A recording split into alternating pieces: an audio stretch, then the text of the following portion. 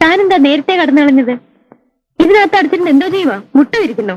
നല്ലൊരു ട്രീറ്റ് കളഞ്ഞു വിളിച്ചില്ലേ? ആരുടെ ട്രീറ്റ് ആയിരുന്നു? ഇന്നലെ നിന്നോട് വോട്ട് ചോദിച്ചില്ലേ ആ തനിനിറം Balendran? He was my victim today. ഞാൻ ഇന്ന് മുഖം കഴിയിട്ട് വരാം, എന്നിട്ട് കാപ്പ് കുടിക്കുമ്പോ.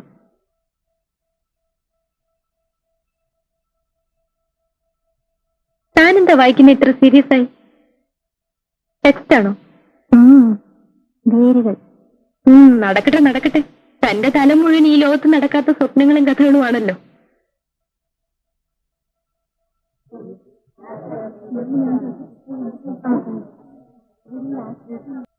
എന്താ മൗനം? ചെക്കന്മാർ വല്ല കമന്റ് പഠിച്ചോ?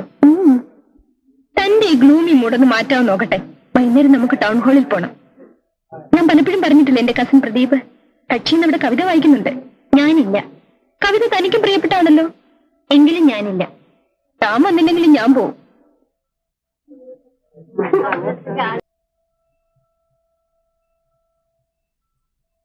എന്നത്രയ്ക്കാണോ? ഏയ് അല്ല, 1-2 നോവലുകൾ എടുക്കാനാണ്. ഇരിക്കൂ. ഏതൊക്കെയാ പുതിയത്? മുട്ടക്കുറ സെക്ഷൻ ആണെങ്കിൽ അവിടെയുണ്ട്. യു ക്യാൻ സെലക്ട് ബെസ്റ്റ് അല്ലേ? ഏയ് എനിക്കല്ല, രമണിക്ക. ഞാനിതൊന്നും വായിക്കാറില്ലെന്ന് പ്രദീപിന് അറിയില്ലേ? ഓ, ഞാൻ ഈ കുട്ടിയെ പരിചയപ്പെടുത്താൻ മറന്നു. പേര് രമണി. എങ്ങനറിയാം? വത്സവനല്ലേ ഇപ്പൊ രമണി എന്ന് പറഞ്ഞത്? ഞങ്ങൾ രണ്ടാളുമാ അന്ന് കവിത കേൾക്കാൻ വന്നത്. എനിക്കിഷ്ടം ഉണ്ടായിട്ടില്ല.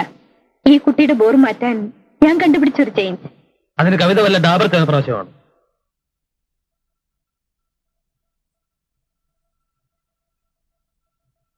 പ്രദീപിനെ പോലെ തന്നെ സംസാരിക്കുന്നതിൽ പിശുക്കുകാരിയാ രമണിയും. റൂംമേറ്റ് ആയതുകൊണ്ടാവാം എന്നോട് സംസാരിക്കും. കഥയും നോവലും വായിക്കുന്നവർക്ക് പുതിയ ആളുകളോട് സംസാരിക്കാൻ നാണക്കേടായിരിക്കും അല്ലേ? ചുറ്റും ശബ്ദങ്ങളല്ലേ, അപ്പോ ചിലരുടെ നിശബ്ദതയ്ക്ക് അർത്ഥമുണ്ടാവും. ആ പുസ്തകം തരാത്ത എന്താ? ടീച്ചർ എന്നും ചോദിച്ചു. കടം വാങ്ങിയ പുസ്തകങ്ങൾ തിരിച്ചു കൊടുക്കാൻ ഞാൻ ഒരു പൊതുയോഗം വിളിച്ചു കൂട്ടുന്നുണ്ട്. അവിടെ വരൂ, കൈപ്പറ്റാം. മതി മതി, ഇനി എനിക്ക് അബദ്ധം പറ്റാതെ നോക്കാം. കാപ്പി വാങ്ങി തരാൻ ഉദ്ദേശമുണ്ടോ? ഇല്ലെങ്കിൽ എനിക്ക് പോകണം.